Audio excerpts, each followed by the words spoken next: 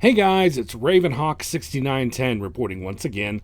In this review, we're going to take a look at the latest run of the Union Pacific DDA40X Centennial diesel from Athearn Genesis, with a special twist.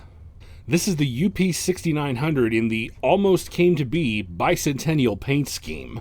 Before we get to that though, it is disclaimer time. The pros and cons in this video do not reflect the thoughts of my personal opinions. They attempt to be objective in nature and as such are either community opinions or facts about the model that I can represent on camera. So please don't assume anything in this video is my personal opinion unless I state so otherwise. Additionally, it's important to note that I don't speak on behalf of Athearn and am not endorsed by any company. I'm an independent reviewer and the work I do does not reflect the thoughts of any companies in question. Got it? Get it? Good. Alright, let's get started. EMD constructed the DDA40X exclusively for the Union Pacific starting in 1969, just in time for the 100th anniversary of the completion of the Transcontinental Railroad, earning them the nickname Centennials. Powered by two 16-cylinder 645 E3A prime movers with a total horsepower output of 6,600 horsepower, making them the most powerful diesel locomotive on a single frame. 47 Centennials were built with the production wrapping up in 1971, and they lasted in service until 1986 when they were retired. 11 units survive today across the country in various museums. Unit 6936 lasted the longest on UP's roster as part of the Heritage Fleet until 2022 when it was retired and donated to the Railroading Heritage of Midwest America, where it resides today under operating condition. As for the subject of this video, 6900 was the very first DDA40X to be built in 1969.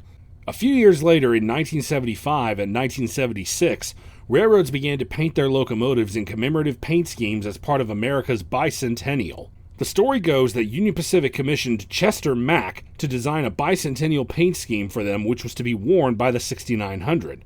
The design went before the board, but was ultimately voted against by a single vote. So UP did not do a bicentennial scheme on a locomotive, and the paint scheme design went into the archives.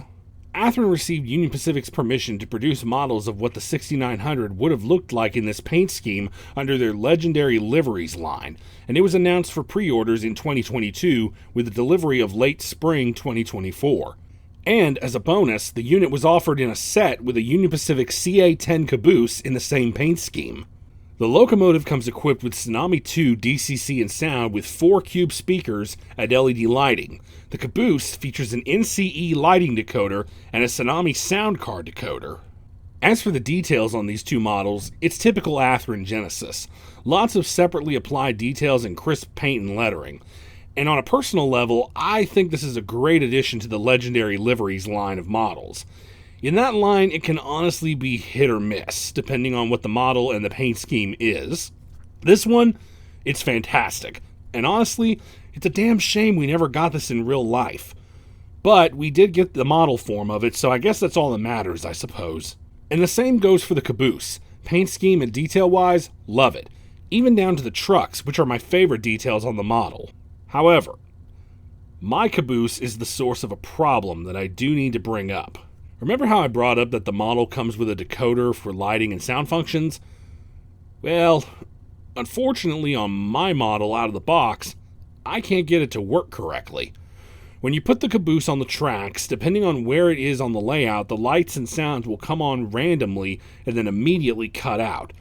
I've tried messing with the contacts on the trucks, thinking that was the issue, but alas, I still have the problem, and honestly, I have no idea how to fix it, other than contacting Athearn to see what can be done. And it's not a matter of power, because the layout's getting plenty of power and the locomotive isn't cutting out anywhere. Now with that being said, since the problem is with the Caboose and not the engine, I'm not writing the set off as a complete failure out of the box, because it's not. The engine is perfectly fine and operates as you would expect. But because this set costs well over $700 after tax, with the Caboose bumping up the price from that of a standalone model, it kinda stinks. Again, I'll be emailing Athearn in the coming days to see what can be done to fix this Caboose so that it can be used properly. However, with that being said, I'm gonna say this. In the upcoming shots of the set running around the layout, you'll hear a whistling sound that seemingly cuts in and out at random points. That's the Caboose. Because there's no on-off switch on this model to deactivate the sound and light functions, it just pops off and on randomly. Kind of annoying, but it is what it is at this point. Anyway, enough of that. Let's go ahead and get to running the 6900 around the layout. Now, I'm not going to go through the whole function map, as personally, I don't use all the extra functions, but if you want to view them, they're all right here. As with most Tsunami-equipped models, applying track power will activate the sounds, so let's start it up and run it around the layout for a bit.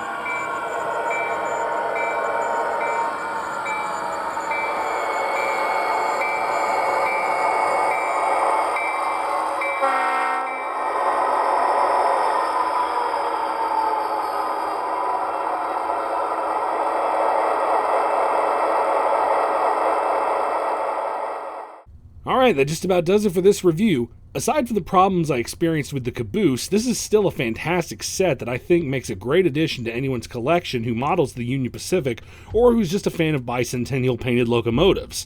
This set has an MSRP of $699.99 for DCC and Sound models. Thank you guys so much for watching, and I'll see you all in the next review, which will be the brand new Athearn Genesis second run Amtrak P42 DC number 108. This is Ravenhawk6910, signing off.